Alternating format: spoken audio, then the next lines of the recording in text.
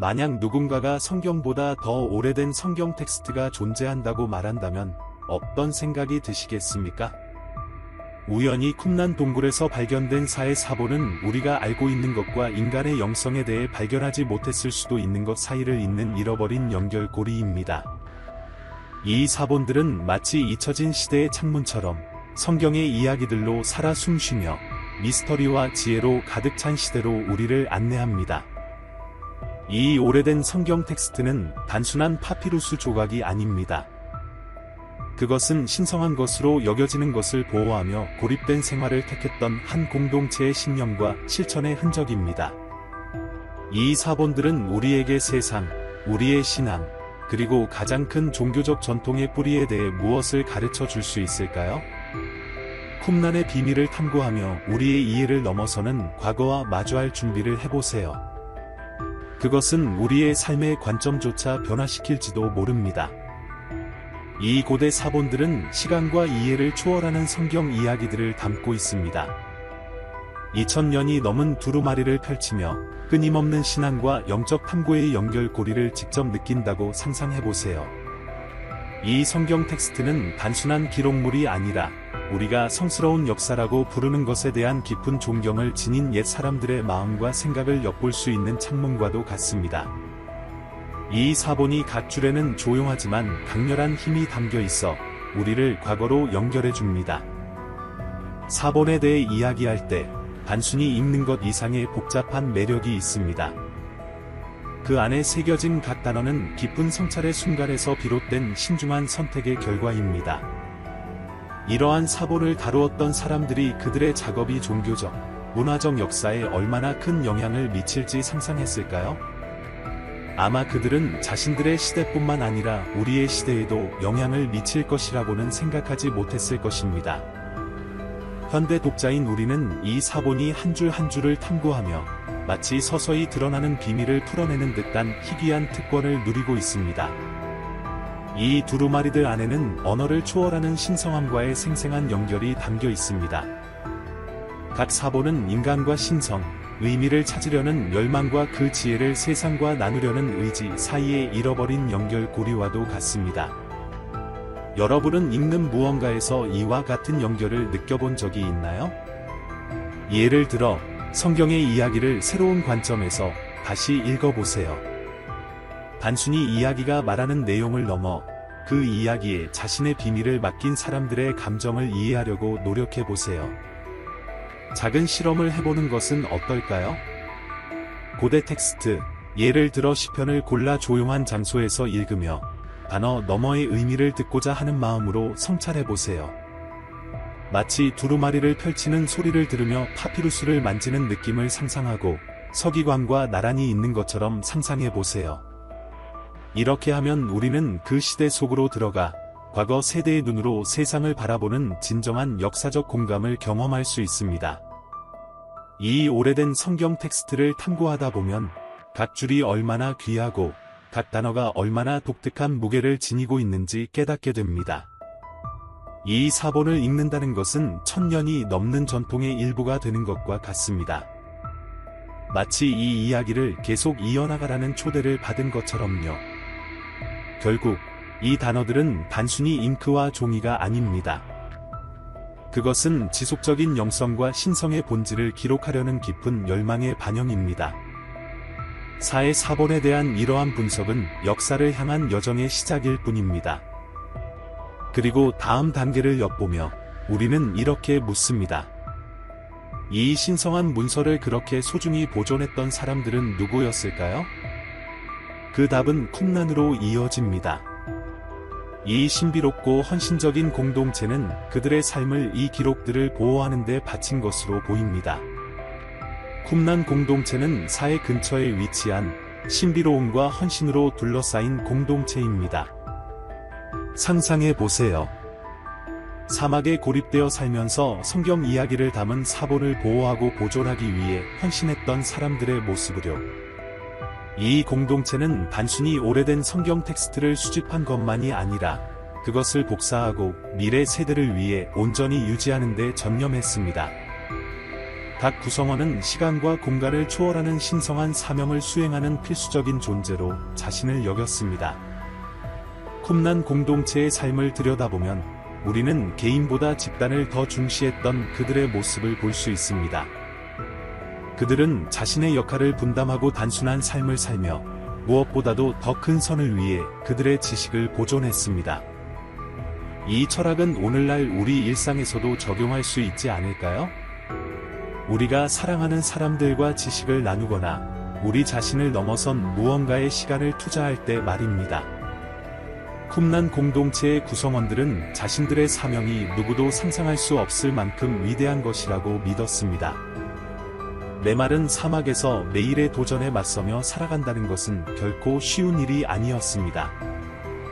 그러나 그들의 사명은 명확했습니다. 인간과 신성 사이를 잇는 마지막 끈처럼 그 사본들을 지키는 것이었습니다. 우리가 중요하다고 믿는 것을 지키기 위해 이와 같은 헌신을 한다면 어떨까요? 그들은 각 단어, 각 기호의 가치를 깊이 이해했던 공동체였습니다. 이러한 이유로 그 공동체는 외부 세계와 단절된 채 폐쇄적이고 고립된 삶을 살았습니다. 마치 자신들의 신념을 보존하기 위해서는 외부로부터 일정한 거리를 유지해야 한다는 것을 알고 있었던 것처럼 말이죠. 그들은 자신들만의 공간을 만들어 신성과 인간이 균형을 이루는 삶을 살았습니다. 오늘날 그들의 이야기를 읽으며 우리는 우리 자신의 삶에서도 평화와 성찰의 공간을 찾아야겠다는 영감을 받습니다.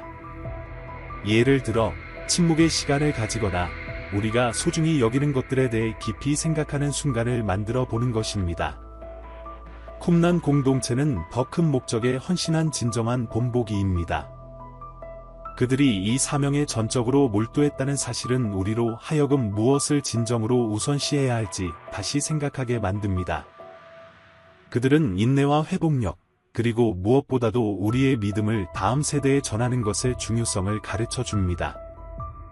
그 가르침이 잊히지 않도록 말이죠. 오늘날 여러분은 어떤 가치를 이들과 같은 열정으로 지키고 싶으신가요?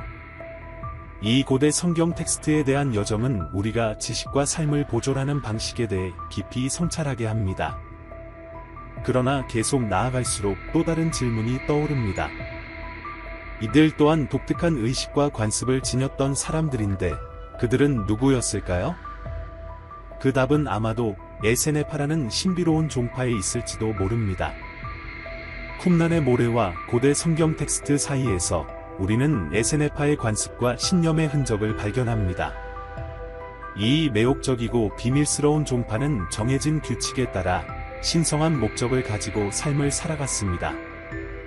그들은 정결함을 추구하며 정화의식에서부터 깊은 명상의 순간까지 모든 행동의 의미를 부여했습니다.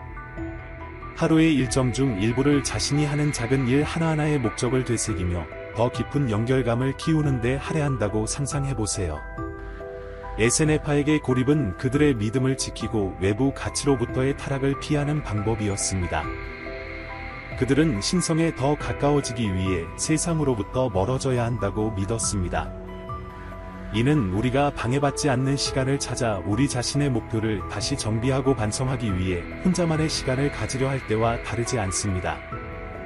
여러분도 한 번쯤 평화를 찾기 위해 혼자만의 시간을 가져본 적이 있다면 늘이 실천했던 것과 비슷한 경험을 해본 셈입니다. 이러한 일상적인 의식들, 정화의식 목욕과 엄격한 기도는 드문 규율을 보여줍니다. 날이 밝기 전 고요가 지배하는 시간에 시작된 하루는 에세네파 사람들이 영적으로 자신을 준비할 수 있도록 했습니다. 여기서 실용적인 성찰 하나를 제안합니다. 매일 아침 몇 분만이라도 마음을 가라앉히고 하루를 목적 있게 시작한다면 어떨까요? 이 단순한 실천이지만 우리가 도전 과제에 대처하는 방식에 깊은 영향을 미칠 수 있습니다. 에세네파의 믿음은 종말, 이나 깊은 영적 변화를 기다리는 것과도 관련이 있었습니다. 이러한 기대감은 그들의 희망을 살아있게 했고, 그들은 어떤 변화에도 대비하기 위해 영적으로 준비하려고 했습니다. 오늘날 우리도 각자의 이상이나 목표를 가지고 살아갑니다. 우리가 이루고자 하는 꿈이나 바람일 수도 있죠. 어쩌면 비결은 내일을 그 방향으로 한 걸음 내딛는 과정으로 삼고 우리의 믿음과 결의를 유지하는 데 있을지도 모릅니다. 에세네파의 이러한 가치에 대한 헌신은 성경 이야기를 기록하고 보호하는 방식에서도 드러났습니다. 그들은 각 텍스트 안에 보편적인 진리가 담겨 있다고 믿었고 그것을 온전하고 변함없이 후대에 전해야 한다고 여겼습니다. 끊임없이 변화하는 세상 속에서 우리는 무엇을 소중히 여기고 보존해야 할지 생각하게 됩니다. 그것이 가족 전통이든 가르침이든 혹은 개인적인 신념이든 말입니다. 에세네파의 실천에 대해 더 깊이 탐구하다 보면 고대의 텍스트와 오늘날 우리가 읽는 성경 사이의 유사점과 차이점에 대한 호기심이 생깁니다. 세월이 지나며 성경 이야기는 어떻게 변화했을까요? 이제 고대 사본과 현대 성경 버전을 비교하며 깊이 탐구해 봅시다. 고대 사본과 현대 성경 버전을 비교하는 것은 서로 다른 시대를 연결하는 여행과도 같습니다. 사의 사본이 각 단어와 각 문장은 오랜 세월 잃어버린 시대의 단편을 담고 있는 것처럼 특별한 무게를 지니고 있습니다. 이 고대 성경 텍스트는 수세기 동안 조정되고 적응되었거나 일부는 생략되기까지 했던 미묘한 뉘앙스와 해석을 드러냅니다. 오늘날 이 텍스트를 읽는 사람들에게 이는 성경 이야기가 가진 깊은 뿌리를 이해하라는 초대와도 같습니다. 차이점을 살펴보면 특정 개념들이 이후 시대의 문화적 맥락에 맞게 재해석되었음을 알 수 있습니다. 마치 이야기가 세대를 거치며 새로운 색깔과 윤곽을 더해가는 것과 같습니다. 그러나 본질은 시간이 지나도 유지되며 시간을 초월하는 메시지로 남아 있습니다. 이러한 적응의 과정은 자연스러운 것이며 성경 텍스트의 지속적인 관련성을 유지하는 데 도움이 되기도 하지만 동시에 무엇이 잃어버렸거나 변경되었는지도 생각하게 만듭니다. 흥미로운 점은 일부 단어들이 바뀌었음에도 불구하고 성경 이야기가 담고 있는 도덕적, 영적 본질은 변함없이 유지된다는 것입니다. 그 가르침과 가치, 교훈들은 마치 시간의 흐름에도 불변하는 듯이 남아 있습니다. 예를 들어 고대 버전의 시편에서는 다른 표현들이 사용되기도 했지만 믿음과 위로의 메시지는 여전히 흔들림 없이 전달됩니다. 이러한 고대 사본들은 이 텍스트들을 새로운 시각, 더 나아가 원래의 시각으로 바라볼 수 있는 특별한 기회를 제공합니다. 이러한 비교를 통해 초기 신앙 공동체가 영성과 믿음, 그리고 공동체 생활을 어떻게 바라보았는지 이해할 수 있습니다. 텍스트가 원래 쓰여졌던 그대로 읽는다는 것은 그 진리를 살았던 사람들의 순수한 사고방식과 더 가까워지는 느낌을 줍니다. 우리가 일상에서 이 접근 방식을 적용할 수 있다면 어떨까요? 끊임없이 현대적 틀에 적응하려 하기보다는 단순함과 진정성을 소중히 여기는 삶을 살아보는 것입니다.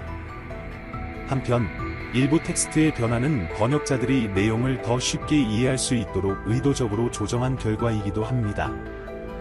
이는 나름의 가치가 있습니다. 아무리 소중한 보물이라도 잠긴 채로 있다면 무슨 소용이 있을까요?